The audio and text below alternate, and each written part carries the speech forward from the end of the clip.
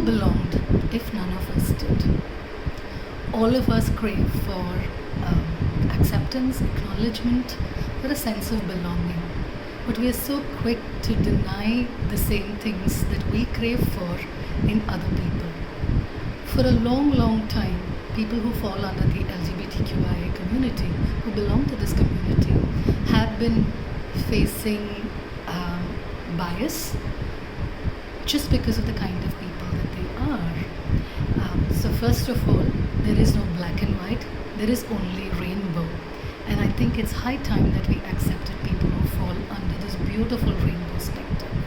The quote that I mentioned in the beginning of this video is from this beautiful book called We Have Always Been Here by Salma Habib. So this book is a memoir by Salma Habib, who is a Pakistani Canadian, and she comes from the Ahmadiyya community. So even within Pakistan, they're a marginalized community, a community that faces a lot of religious bias. And to top it off, she identified herself as gay, and of course that came later as a teenager after she moved to Canada. So this book is her journey as an Ahmadiyya Muslim, as a person who's escaping religious tensions in Pakistan, moving to Canada, her life under the thumb of her parents, what they decide for her, and escaping from that and exploring herself. What I really love about the book is the honest and sincere tone.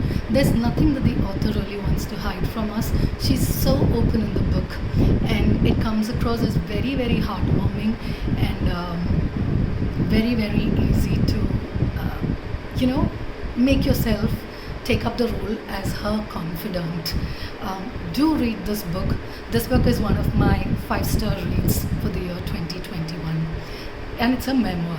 So the next book I'm going to talk about is this middle-aged book called The Best at It, written by Maulik Pancholy.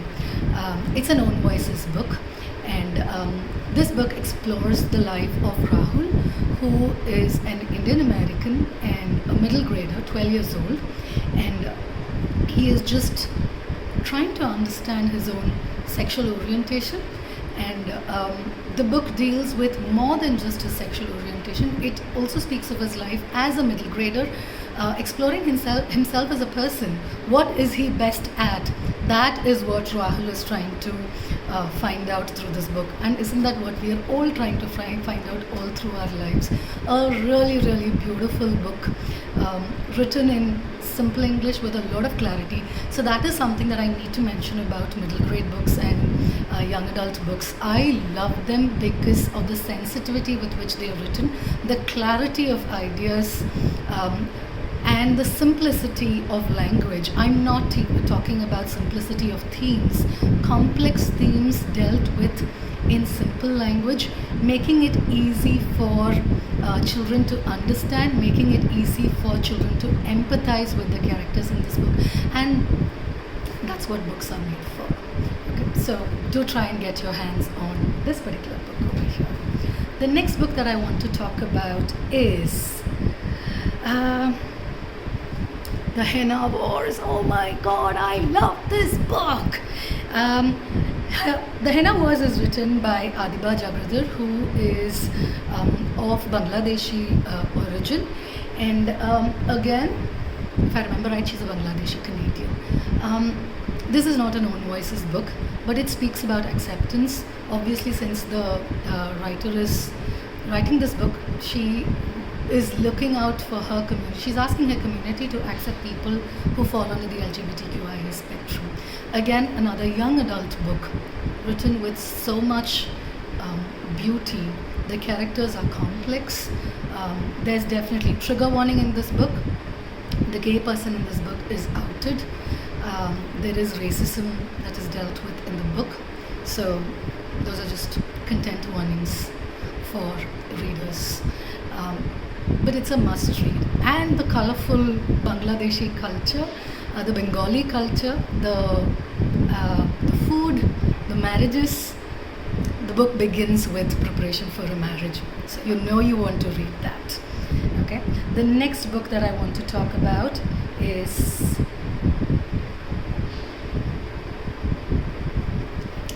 I Wish You All the Best. I Wish You All the Best by Mason Deaver is, again, trigger warning in this book.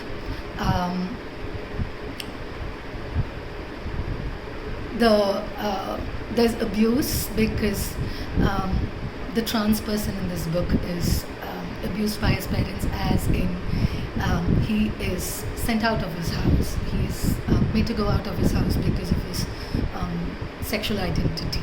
So it's a difficult book to read.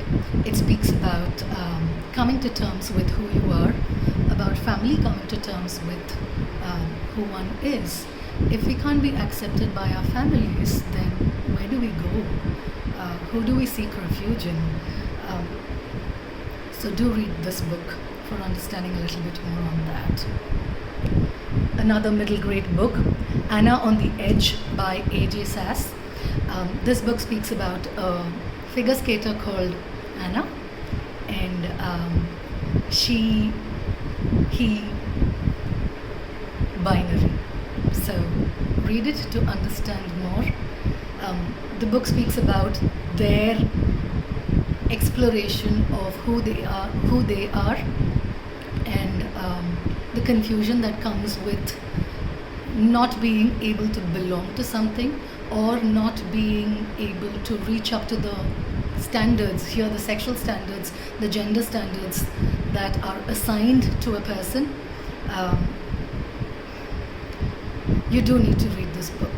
So the importance of this book, I cannot reiterate that we in India, our mythology and our history and our culture loves for this space and an open space and acceptance for people from all kinds of contexts, and even in sexual and gender orientation. Throughout the spectrum, we have a history of acceptance which we are losing soon. Right behind me you can see this lovely hanging of Ardhanarishwara.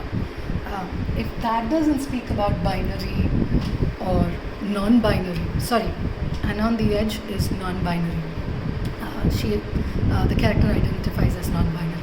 So if Ardhanarishwara doesn't speak about non-binary, then I don't know what does. Explore yourself, explore your understanding. If you don't know something, try and find out more about it. You will find that acceptance should not be this difficult. Before I end my video, I want to talk about 3 A's, which I believe should stand for the LGBTQIA. The A stands for asexual, but it can also stand for allies. And the other 2 A's that I want to talk about is awareness. Do all that you can to increase your awareness and to increase the awareness of the community around you. Acceptance, because awareness is going to lead to acceptance. And above all, be an ally to the LGBTQIA community.